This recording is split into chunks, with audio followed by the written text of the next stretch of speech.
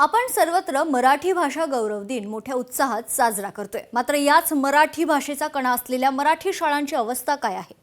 विठ्ठल नगरी पंढरपुरातून एक धक्कादायक वास्तव समोर आले। नगरपालिकेच्या 28 मराठी शाळांपैकी निम्म्या शाळांना टाळं लागलं असून उरलेल्या शाळाही आता शेवटच्या घटका मोजतायत। पाहूयात।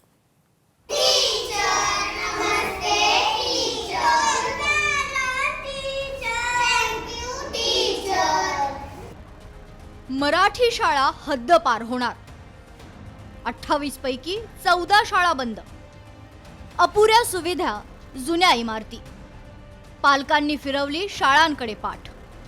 पंढरपूर नगरपालिका अंतर्गत चालवल्या जाणाऱ्या मराठी शाळांची अवस्था आज अत्यंत दयनीय झाली आहे। एकेकाळी गजबजणाऱ्या 28 शाळांपैकी तब्बल 14 शाळा आज विद्यार्थी अभावी बंद पडल्यात। सध्या सुरू असलेल्या 14 शाळांमध्ये केवळ 800 विद्यार्थी शिक्षणाचे धडे घेत आहेत। यामध्ये पहिली ते 7वीच्या अवघ्या 2 शाळा तर उर्दू माध्यमाच्या 2 शाळांचा समावेश आहे।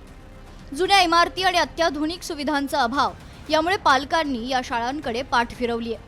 आता विद्यार्थी संख्या वाढवण्यासाठी लोकप्रतिनिधी आणि पालकांची बैठक घेऊन प्रयत्न करणार असल्याचं आश्वासन नगराध्यक्षांनी दिलंय। आपली मराठी शाळा वाचली पाहिजे, आपली भाषा जिवंत झाली पाहिजे।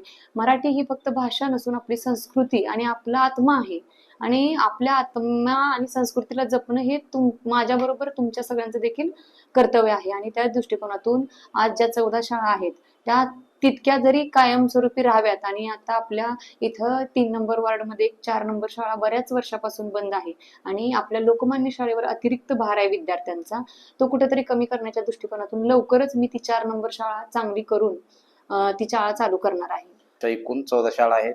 एकूण विद्यार्थी संख्या 762 आहे। एकूण शिक्षक मंजूर 45 पद आहेत, कार्यरत 45 आहेत।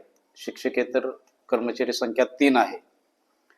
नगर परिषदेच्या मालकीच्या शाळा 14, त्याच्यामध्ये 10 पटसंख्येपेक्षा कमी असणाऱ्या शाळा 3 आहेत आणि इतर शाळांचा पट हा 10 पेक्षा जास्त आहे।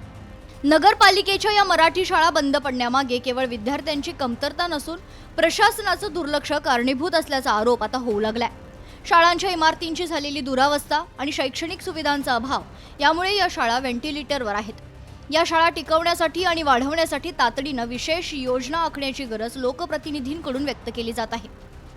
पालकाचं कायम प्रयत्न हाच राहिलेला असतो की आपल्या पाल्याला सगळ्या सोयी सुविधा, उच्च प्रतीचं शिक्षण आणि बैठक व्यवस्था, त्या शाळेची इमारत हे सगळं चांगलं मिळावं आणि आपलं पाल्य सुशिक्षित व्हावं। इथून पुढच्या काळामध्ये मी असेल किंवा सर्व नगरसेवक असतील, सन्माननीय नगराध्यक्ष असतील, यांच्याकडे आपण पाठपुरावा करून नगरपालिकेच्या शाळांची अवस्था चांगली करण्यासाठी, त्यांना चांगलं रूप देण्यासाठी आपण सगळेजण प्रयत्न करू। एकीकडे आपण मोठ्या अभिमानानं मराठी भाषा गौरव दिन साजरा करतोय, मात्र दुसरीकडे ज्या शाळांमधून ही भाषा रुजते त्याच शाळांकडे प्रशासन जाणीवपूर्वक दुर्लक्ष करत असल्याचा आरोप काँग्रेसनं केलाय। जागतिकीकरणाच्या शर्यतीत मराठी शाळांचं अस्तित्व धोक्यात आल्यानं संताप व्यक्त केला जातोय।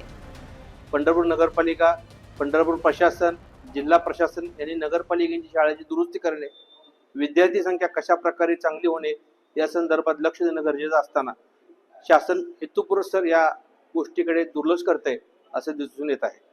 तर मी पंढरपूर शहरातील जनतेच्या वतीने प्रशासनाला विनंती करतो की आज या जयंतीचे औचित्य साधून शाळा दुरुस्ती असतील, शाळांची पटसंख्या वाढवणे, शाळेचे शैक्षणिक दर्जा सुधारणे।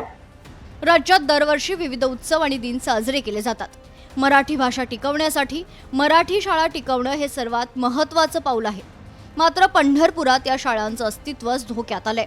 त्यामुळे केवळ उत्सव साजरे न करता मराठी शाळांचं संवर्धन आणि संगोपन करणं ही काळाची गरज बनली आहे।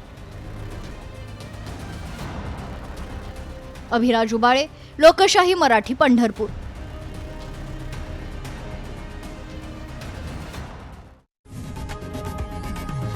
लोकशाही मराठी, ऐका, पहा, जागरूक रहा।